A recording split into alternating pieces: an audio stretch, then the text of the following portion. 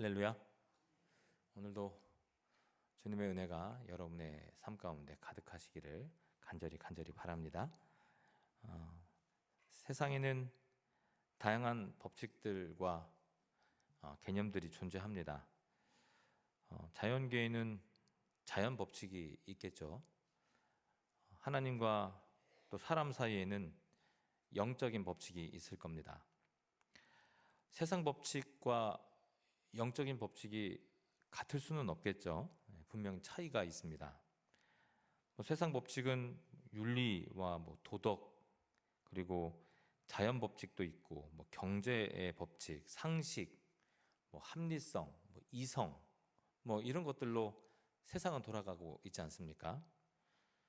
반면 영적인 법칙은 무엇일까? 바로 믿음입니다. 믿음. 그러니까 하나님 나라는 무엇으로 돌아가느냐? 믿음으로 돌아갑니다. 믿음으로. 세상 사람들은 이 세상 법칙만 알겠죠. 믿음을 경험한 적이 없으니까.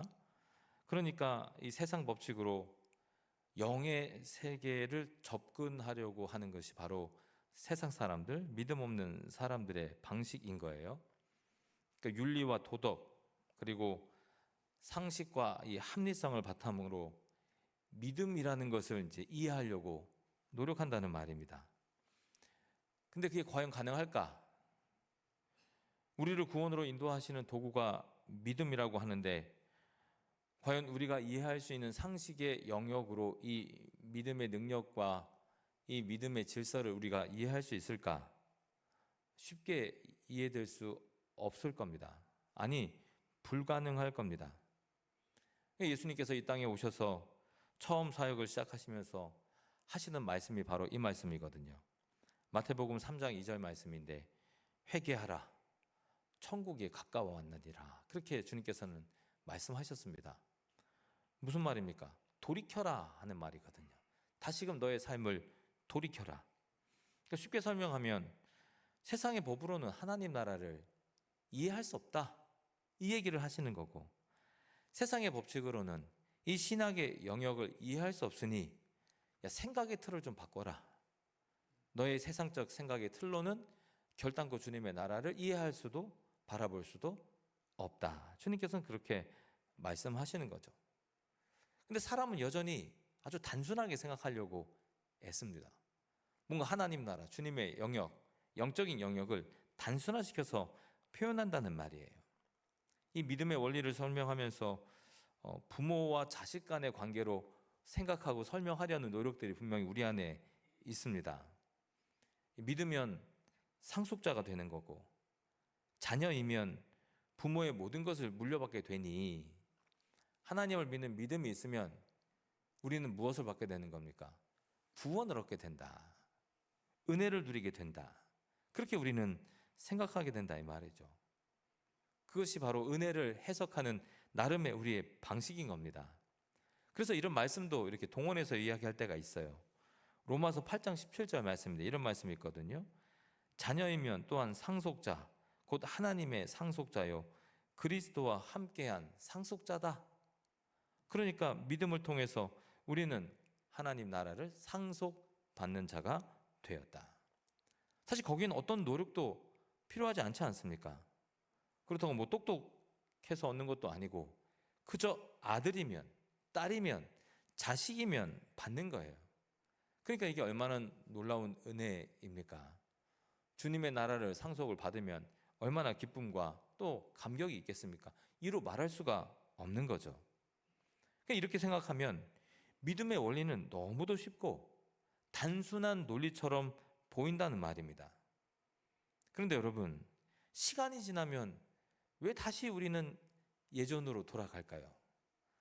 하나님을 믿고 감격하고 천국 백성 되었다 고백하고 눈물 흘리고 하나님께 영광 올려드리고 했던 게 엊그제 같은데 조금만 있으면 다시금 돌이키지 않습니까?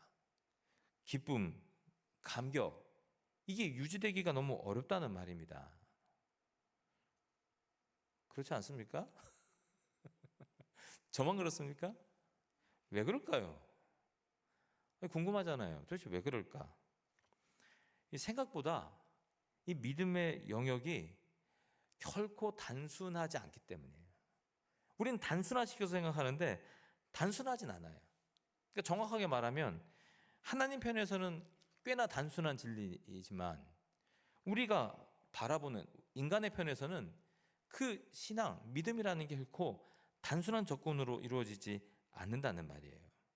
그러니까 믿음으로 행했다가 조금만 지나면 어디로 갑니까?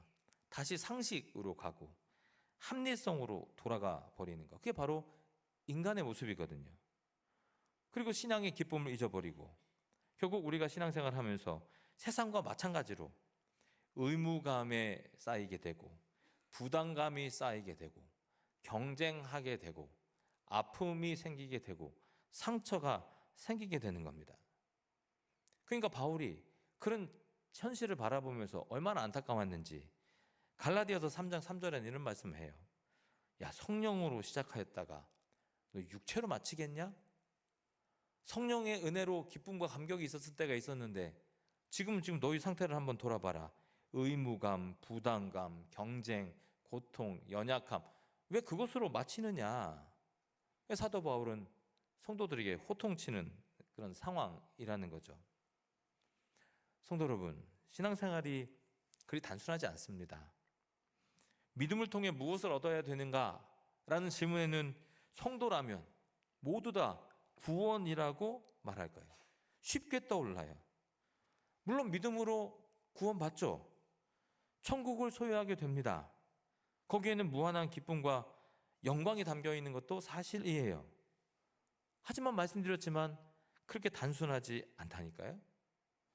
만약 우리가 이 구원을 믿음이라는 도구로 얻게 된다라고 이렇게 단순하게만 생각하면 그 외에 복잡한 그 모든 이 문제들 때문에 뭔가 신앙생활에 어려움이 생기게 된다는 말입니다. 예를 들어서 구원받은 성도가 믿음으로 산다.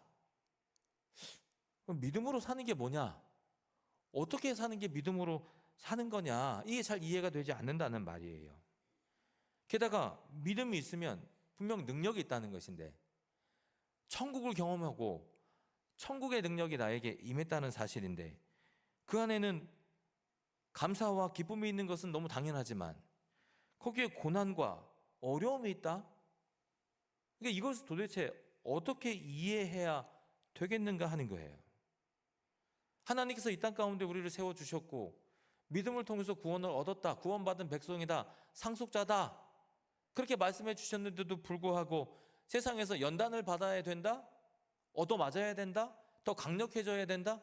이러한 말씀의 진리 가운데 과연 그게 우리의 온전한 이해가 되겠느냐 하는 거예요. 사실 믿음으로 천국 간다 이렇게 단순하게 살아가면 천국 가면 되지. 그냥 하나님께서 천국으로 데려가 보시면 되지 왜 이 땅에서의 삶을 살게 하시냐 이 말이에요.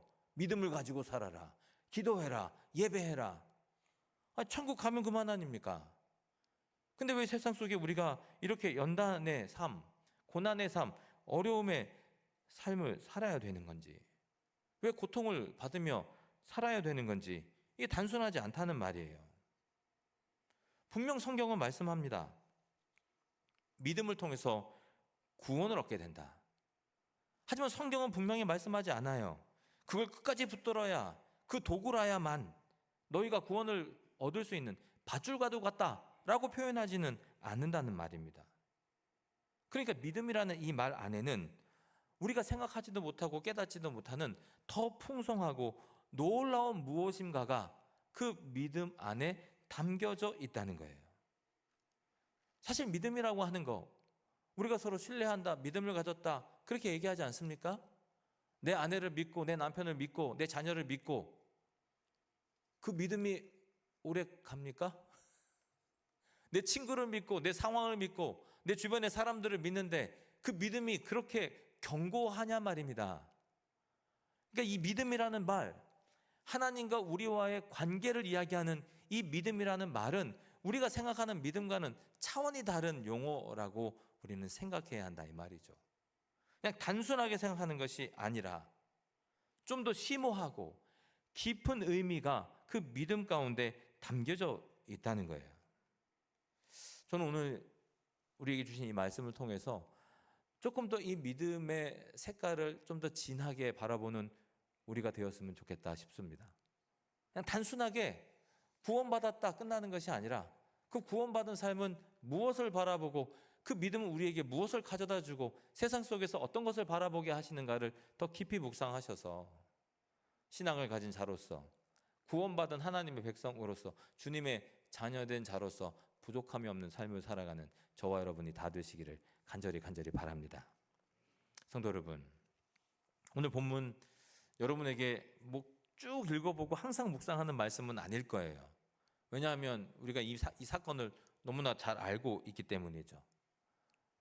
홍해를 건너는 사건, 홍해 도화 사건이라고 불리는 오늘 말씀에 기록된 내용이거든요. 홍해 사건은 언제 어느 때나 생각해도, 자다가 생각해도 기적과 같아요. 어떻게 저럴 수 있냐? 실로 엄청난 기적의 사건이 바로 홍해 도화 사건이죠. 우리는 전혀 체험하지도 못한 이 엄청난 기적을 당시 이스라엘 백성들은 삶으로 체험한 겁니다. 이 얼마나 큰 충격이었을까? 하나님이 우리와 함께 하셨고 우리를 살리시기 위해서 수많은 이적을 베풀어 주셨고 종말에는 출애굽의 그 여정 가운데 홍해를 가르셔서 우리를 건너게 하셨다? 구름 기둥과 불 기둥으로 밤낮으로 우리를 선한 길로, 생명의 길로 인도하셨다?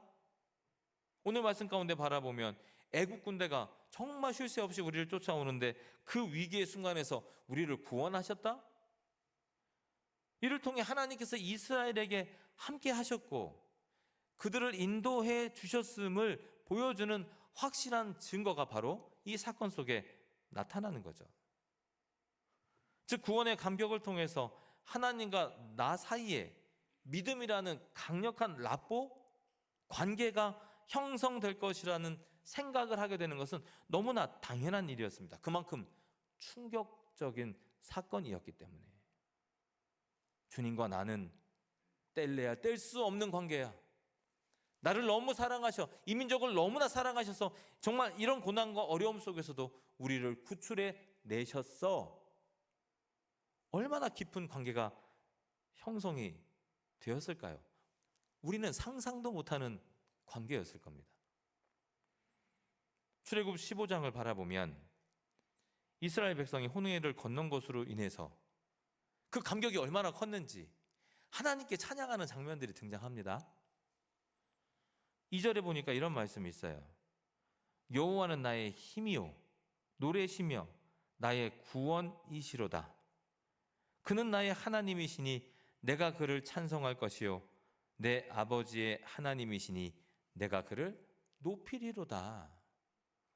하나님께서 나를 구원하셨으니 정말 하나님 감사합니다. 내가 주님을 높이겠습니다. 정말 감격적인 순간을 맞이한 누구를 할 것 없이 찬양하는 그런 장면들 한번 상상해 보십시오. 수장되어 있는 그런 상황 속에서 자기를 쫓아오던 애국 군대가 모두 다 죽은 상황 속에서 그 위에서 하나님의 영광을 바라보고 찬양하는 저들의 모습을 한번 상상해 보시란 말입니다. 또한 11절은 이렇게 기록하죠. 같이 한번 읽어볼까요? 11절. 여러분이 이스라엘 백성이라고 생각하고 한번 읽어보면 되겠습니다. 시작. 여호와여 신 중에 주와 같은 자가 누구니까? 주와 같이 거룩함으로 영광스러우며 찬송할 만한 위엄이 있으며 기이한 일을 행하는 자가 누구니까? 네, 여호와여 신 중에 주와 같은 자가 누가 있을까요? 세상의 모든 잡신들 중에 그건 뭐 취급도 안 하고 하나님은 참 위대하신 분이십니다라고 찬양하고 찬송하죠.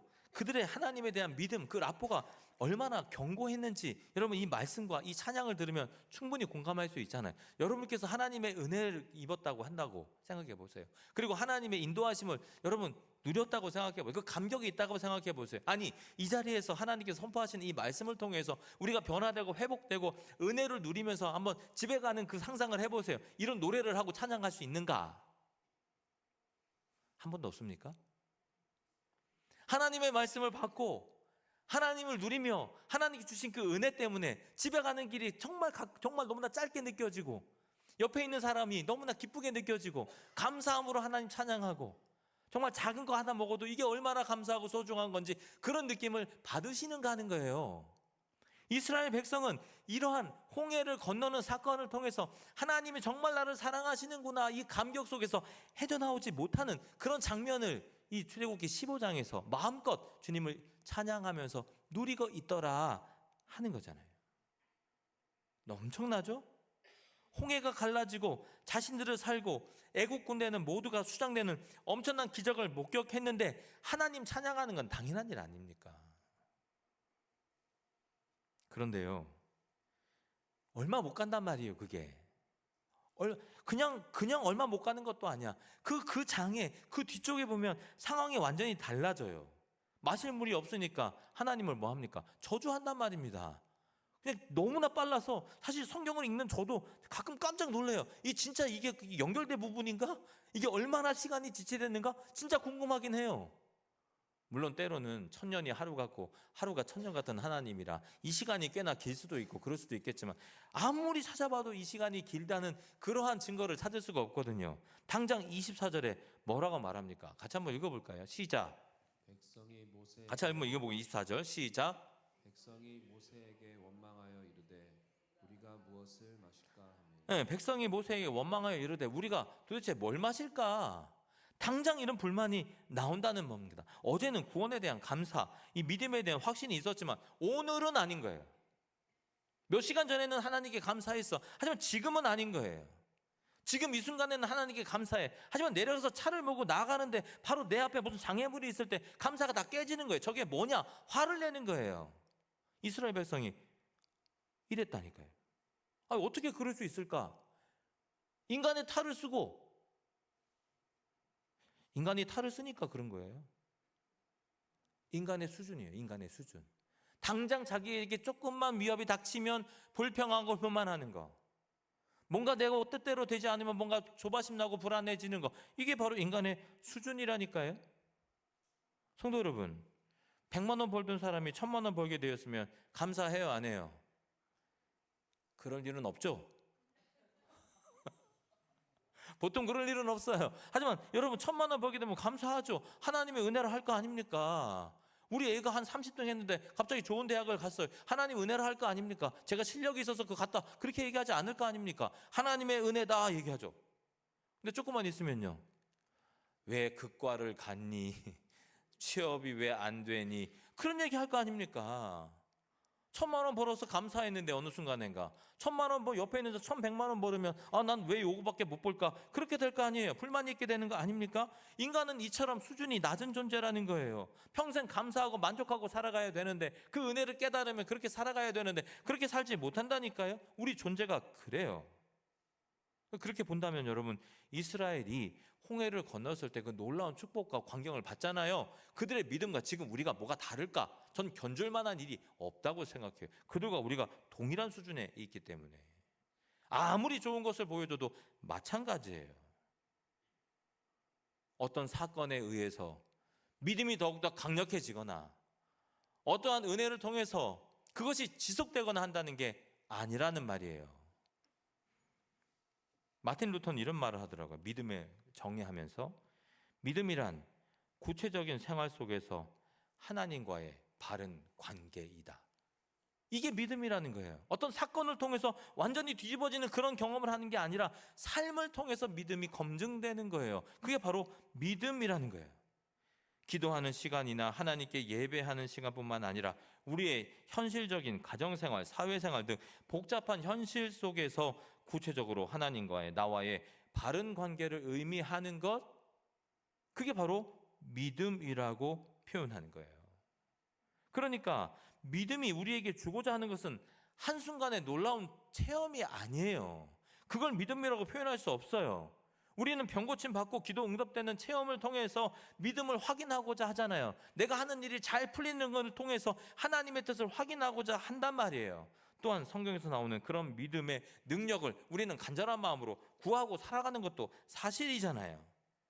근데 그 모든 것이 하나님을 향함입니까? 아니요. 그렇지 않다는 거예요. 나의 능력을 나타내기 위함이다.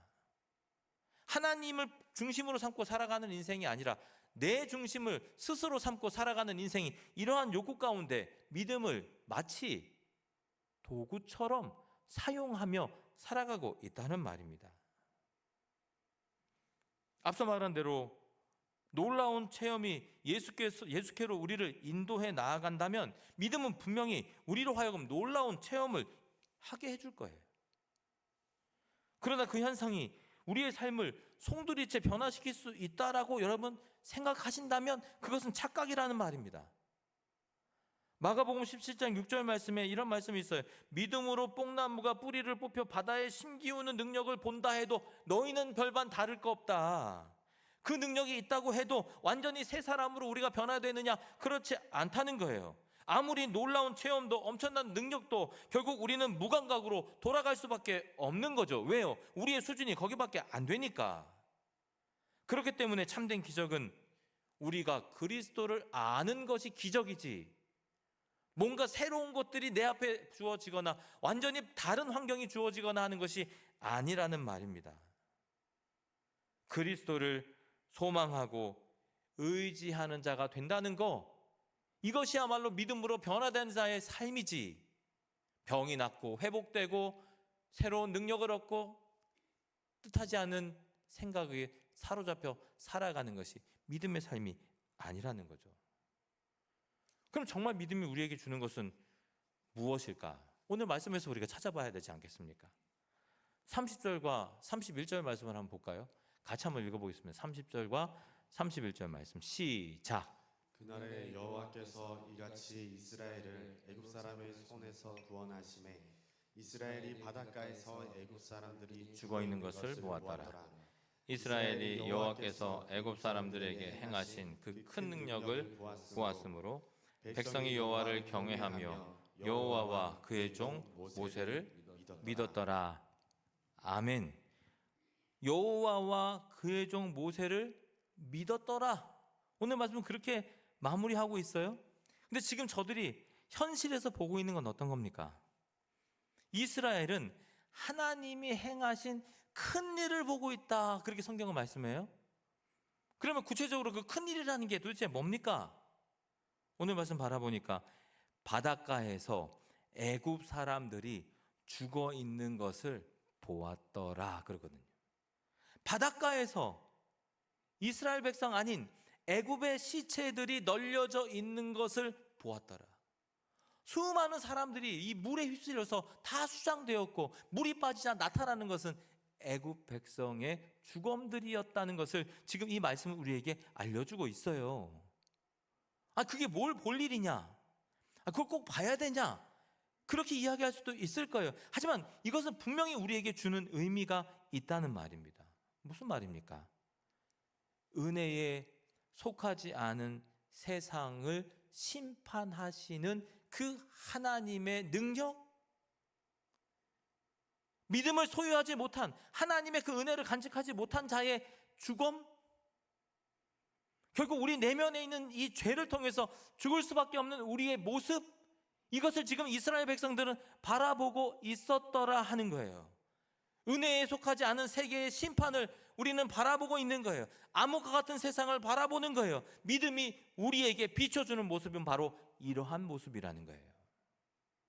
우리가 믿음하면 회복되고 치유되고 뭔가 좋고 은혜 충만하고 이런 것만 생각할 수 있겠지만, 아니요, 정작 믿음은 우리에게 무엇을 보여줍니까? 죽음을 보여주고 있다는 말입니다. 죽음의 세상을 보여주고 있단 말입니다. 우리가 살아가고 있는 세상이 결단코 살만한 세상이 아니라는 것을 믿음을 통해 바라보게 된다는 말입니다. 우리는 이 주님의 말씀을 기억해야 돼요. 천국을 상상하면서 믿음을 소유한 백성이 마치 모든 것이 다 형통한 것처럼 생각되어지고 내 앞에 있는 모든 것들이 다 잘 풀릴 거고 생명이 넘치고 기쁨이 넘치는 것만 상상해서는 안 된다는 말입니다. 그건 너무나 단편적으로 믿음을 바라본다는 거예요. 죽음을 보여주신다. 블레이즈 파스칼이라는 사람은 이 팡세, 여러분 잘 아는 이 팡세라는 책을 통해 믿음을 설명하는데 이렇게 설명해요. 믿음을 단순히 감정적이나 비합리적인 신념으로 보지 않는다는 거예요. 그는 믿음을 인간의 이성과 감성을 포함한 모든 것을 통해 받아들여지는 진리라고 설명해요. 그러면서 이 믿음은 인간의 자신의 비참함, 죄악성을 깨닫는 데서 출발해서 결국 이 자기의 비참함과 한계를 인식할 때 비로소 믿음을 통해서 초월적인 진리를 받아들일 준비가 된다. 믿음을 그렇게 이야기한단 말입니다. 즉 믿음을 통해서 뭔가 좋은 것을 바라보는 것이 아니라 자기의 한계를 바라보고, 믿음을 통해서 자기의 죄악성을 바라보고, 믿음을 통해서 세상의 심판을 바라보면서 믿음의 시작, 하나님과의 관계를 시작하게 된다. 이렇게 설명하고 있죠. 또 C.S. 루이스는 그에 져서 순전한 기독교에서 이렇게 말합니다. 믿음을 통해 인간의 타락한 본성을 인식하고 변화할 수 있다. 즉 믿음을 통해서 환상을 보는 것이 아니라 믿음을 통해서 죽음을 바라보게 된다고 성경은 그렇게 우리에게 말씀하고 있는 겁니다. 성도 여러분, 믿음은 무엇보다 인간의 죄와 악함을 깨닫게 하는 중요한 역할을 합니다.